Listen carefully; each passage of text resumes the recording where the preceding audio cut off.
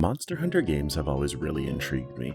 I like these big cool monsters and these crazy big swords that the hunters use and show off, but to be honest, the games and I didn't always have that great of a relationship. I tried it twice with Monster Hunter 3 for the Wii U and Monster Hunter Generations for the 3DS, but it just didn't do anything for me for some reason, we didn't click. Apparently though, I'm an idiot with my money, because even though I couldn't get into more than a few hours with those two games, I still ended up buying Monster Hunter World, and boy oh boy, that was actually one of the best ideas I've ever had. I love Monster Hunter World, and I think that it's well worth the money even today. Recently though, I was trying to think about why it got me and the other ones didn't, and I think I kind of have a decent idea as to why I got into this. See, Monster Hunter, if you didn't already know, has a bit of a reputation for being one of those games that's kind of hard to approach due to the fact that it's pretty hands-off in nature when it comes to teaching you how to do things. And while this game I think does a phenomenal job at teaching you without really saying anything,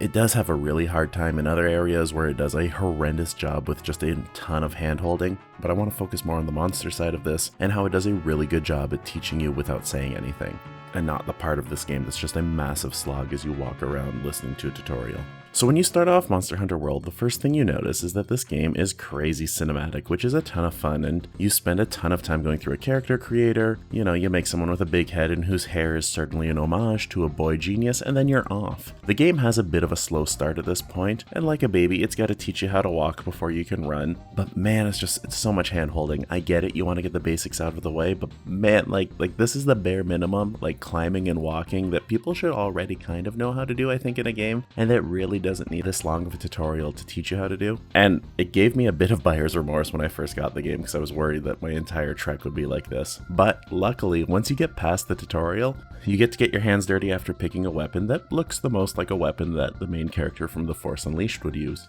On your first mission, you have to fight some of these iguana-looking lizards called Jagras, and it's here that you get your first taste of a Monster Hunter game. These little guys are pretty easy to take out, with them being stunned pretty much every time you hit them, and overall, it's really just fun seeing this copious amounts of orange damage numbers fly around as you wail on them until they die. Once you get these lizards beat though, you go on to face these dinosaur-looking creatures called Kestodons, and your first instinct, which understandably after fighting the Jagras, is to rush right into them. But it doesn't always work. See, sometimes when you hit them, unlike the Jagras, you get these little gray numbers that show up. And the numbers that are gray are typically lower than the numbers that are orange, and if you pay attention, you would notice that these gray numbers show up when you hit their shielded head. And by doing this, it kind of teaches you that monsters have weak spots and they also have armored spots where they'll take less damage. And it's kind of cool because it gives you this idea where you can hit monsters in different areas to really maximize your damage output. With those guys sorted, then you move straight on into the Great Jagras. This is your first quote-unquote big monster. She's not stunned when you hit her, you need to attack, and you also need to pay attention to avoid being hit by some of her larger but very telegraphed moves.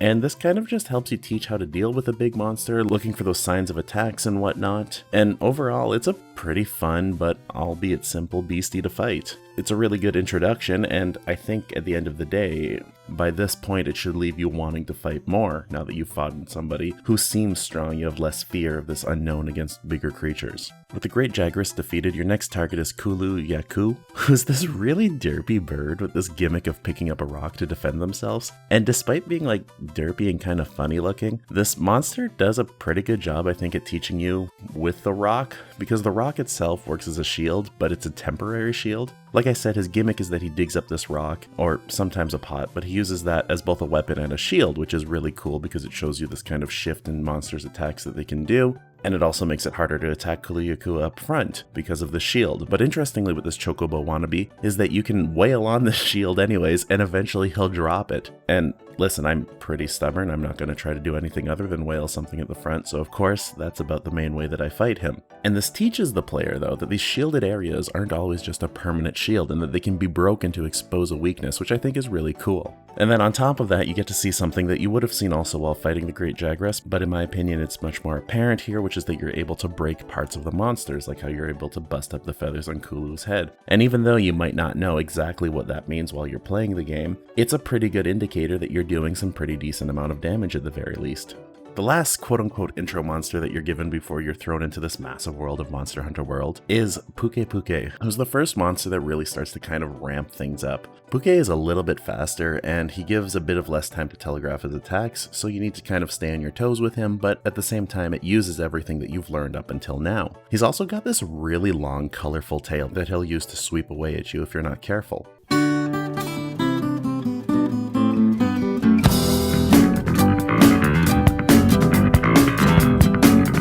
Now, because of all the bright colors, it might start to draw your eye towards this tail when you're attacking. And really, I mean, it's such a long tail that there's no reason not to go for it, considering it's almost the length of his torso anyways. And not to mention that you've also learned from fighting previous monsters that you can damage certain parts of them, so I mean, it would make sense that you could damage the tail, right? So of course you would whack away, and eventually you would damage it, but no, you don't actually just damage it, you cut this thing right off, and man, it feels so cool, whether it's the first time or the millionth time that you've cut off a monster's tail in this game. Not only is it visually rewarding, but you can also loot the tail to get additional bonuses, and also, without a chunk of that tail missing, it becomes significantly harder for him to hit you with it.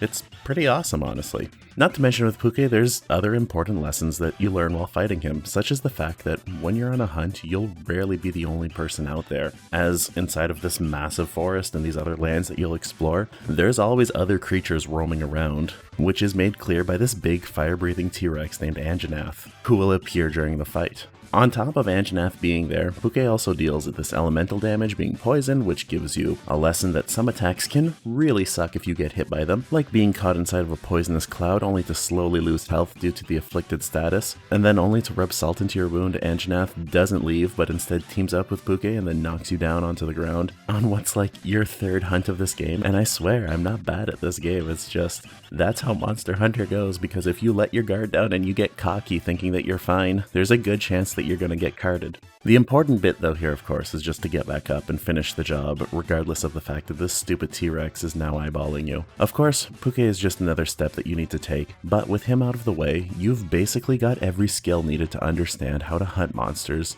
and I think it's really interesting because all of these tips and ideas of how to hunt monsters are really done without spoon-feeding anything to you or stopping the game to explicitly tell anything to you, but instead it's things that you would just visually notice and pick up on while playing the game, which is really awesome. And even if we were to fast forward towards more like the late game or the DLC, a lot of the learned skills here are still applied. Heck, even Anjanath keeps showing up regularly throughout the game to reinforce these lessons and to make sure that you're ready to move on to the first monsters that you need to fight in Iceborne, which is the DLC.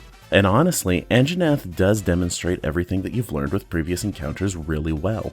The first thing you notice with this guy is that he's quite tall, and as someone who favors these little breakdancing blades, it's hard to hit him anywhere but the legs. But you would notice by the fact that the numbers coming off of his legs are gray that he's armored, and so of course they do less damage. But if we apply what we learned from Kulu and we keep wailing on them, eventually it'll actually break the shield on his legs, and it'll also cause him to fall over, which allows us to deal this massive amount of damage to not only his face, but also his tail. On top of that, after his legs are broken, his legs become weak points when damaged, and so you're really rewarded for taking the time to break these, and it feels really good because eventually you'll knock him over again. And of course, if you remember from Pukei-Pukei, you can just wail on his tail, and of course, like basically every tail in this game, you can sever this bad boy off for some extra goodies and a really satisfying reward. Not to mention that as tough as Anjanath may seem, there's always a stronger monster out there. Like we remember, other monsters will always show up, and you might not be explicitly hunting them, but it doesn't mean that they won't show up during your hunt, and they might put you, or even the monster you're fighting, in their place, which overall just really makes this game very entertaining and gives it this sense of that you're really hunting inside of this living ecosystem with other creatures and stuff going around who interact with each other.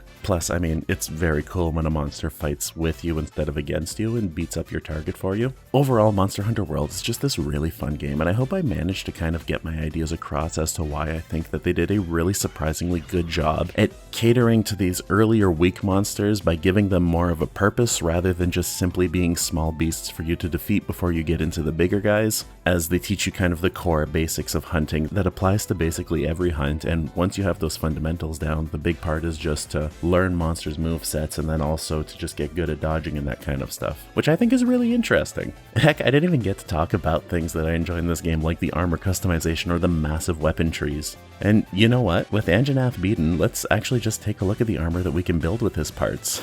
Oh, that's right, I forgot my main in this game is a woman, which means that you better get used to copious amounts of skin showing and thighs galore in nearly every set on what might otherwise be very cool armor sets on guys. Anyways, thank you so much for watching, and I hope you enjoyed this trip down one of my favorite games that I started playing years ago and that I continue to play for years to come after that. If you think that I earned any kind of like, subscribe, comment, whatever, feel free to do that, but at the end of the day, I just hope that you have a good one.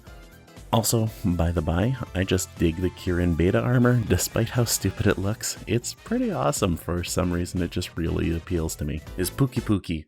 Pukei-Pukei? Pukei-Pukei? Please hold it. Pukei-Pukei. I knew it was something weird. I always want to call him Pukei-Pukei.